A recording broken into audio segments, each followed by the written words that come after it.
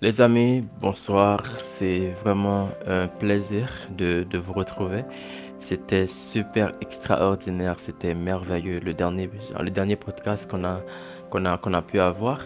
Et on avait pu parler de bien des trucs et j'ai eu des feedbacks, j'ai eu des gens qui m'ont dit, ah, voilà, Jean, j'ai apprécié, j'ai ceci, j'ai cela. S'il te plaît, ne t'arrête pas et continue. Merci à vous qui me soutenez. Merci à chaque fois que vous avez partagé cela.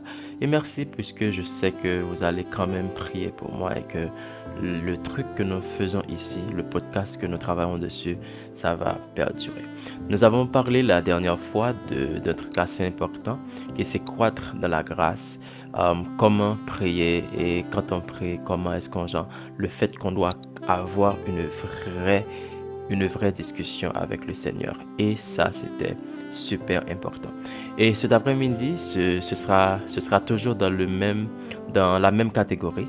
Et cet après-midi, nous allons avoir un texte encore d'Ellen White qui parle de l'examen de conscience. C'est dans le livre Ministère évangélique, page 271, et on va rester dans le deuxième paragraphe. Maintenant, pourquoi est-ce que j'ai choisi un tel truc, l'examen de conscience? C'est parce que tout simplement, quand nous prions et que, maintenant disons que nous prions, genre, si on avait retenu les conseils du dernier podcast, maintenant, quand nous prions, nous parlons directement avec Dieu. Maintenant, qu'est-ce que nous devons dire ou bien qu'est-ce qui devrait primer dans nos prières? Est-ce que c'est les choses matérielles? Est-ce que c'est les problèmes que nous avons avec soit nos amis, soit avec nos voisins, soit au travail, soit à l'école? Est-ce que c'est de ça que nous devrions parler? Ou bien est-ce qu'il y a beaucoup plus important? Et dans le texte de cet après-midi, ensemble, nous allons voir ce que Ellen White dit à ce sujet et qu'est-ce qu'il faut faire en termes de conscience, qu'est-ce qu'il faut faire avec. Donc, je vous l'ai dit, c'est le chapitre 8 du livre Ministère évangélique, Examen de conscience. Je vous lis l'affaire, ensuite, je fais les commentaires et vous allez me donner les feedbacks comme d'habitude en direct ou en privé, dans les commentaires, en partageant, peu importe la façon, choisissez un moyen et faites-moi savoir. Ok? C'est super important pour moi. Le texte commence comme ça. Beaucoup de personnes négligent de se regarder dans le miroir qui révèle les défauts du caractère. Cependant, les difformités et les péchés existent et d'autres les discernent, même si le coupable les ignore.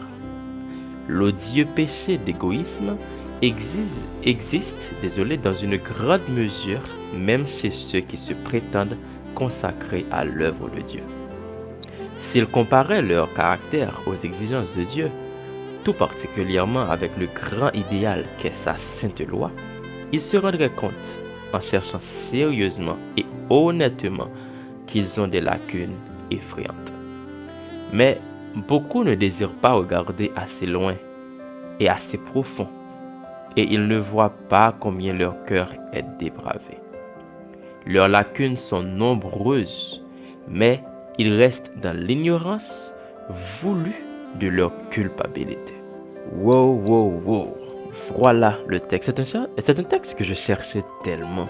Parce que c'est super important. Souvent, qu'est-ce que nous faisons dès que nous cherchons le Seigneur, dès que nous commençons à prier, nous avons nos prières personnelles. Ouais, ouais, ouais, maintenant je suis ceci, je suis cela. Je vais à l'église, je pratique les 10 commandements et puis bon, je suis chrétien dans tout mon être. Mais certaines fois, il faut savoir que on a des trucs, on a des défauts de caractère et le, la servante du Seigneur parle de quoi? D'odieux péché qu'on appelle égoïsme. C'est un péché que Dieu ne tolère pas parce que Dieu est amour et il nous appelle à aimer notre prochain. Et comme notre je dois aimer mon prochain comme moi-même. Maintenant, si j'aime mon prochain comme moi-même, je ne peux pas être égoïste envers mon prochain. Je ne peux pas, conserver tout ce que j'ai. Je ne peux pas vouloir tout avoir et laisser mon prochain sans rien. Dès que tu commences à faire cela, c'est que mon frère, tu pratiques les 10 commandements. Mais tu connais les 10 commandements, tu les appliques pas vraiment. Tu connais pas vraiment ton Dieu parce que notre Dieu est amour. C'est un Dieu qui fait droit aux opprimés. C'est un Dieu qui parle pour ceux qui sont, pour les sans voix. Ok? Maintenant, quand nous prions, nous devons faire nous devons entrer ça dans nos prières, nous devons primer cela à travers le Saint-Esprit.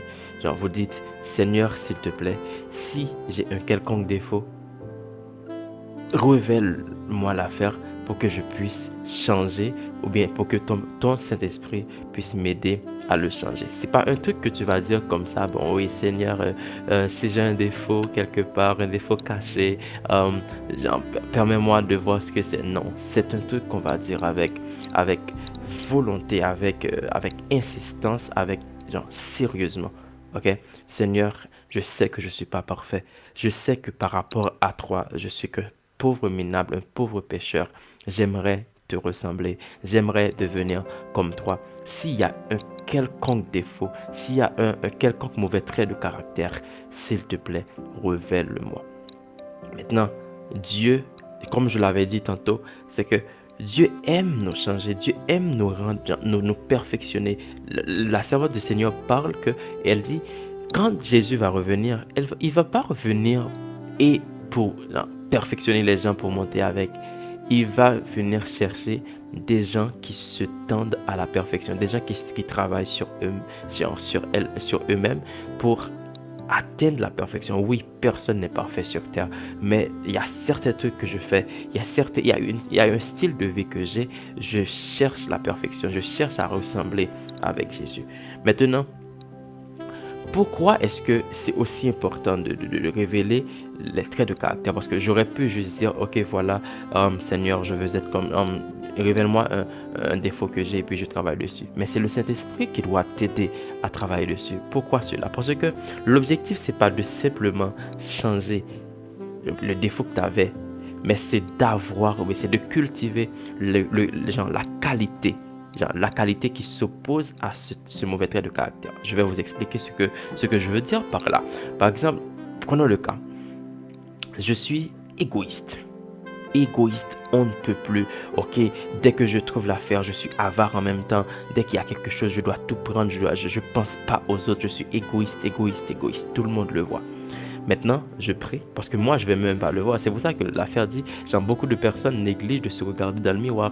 Donc, on aura toujours tendance à juger l'autre personne qui est en face qui est en face de nous.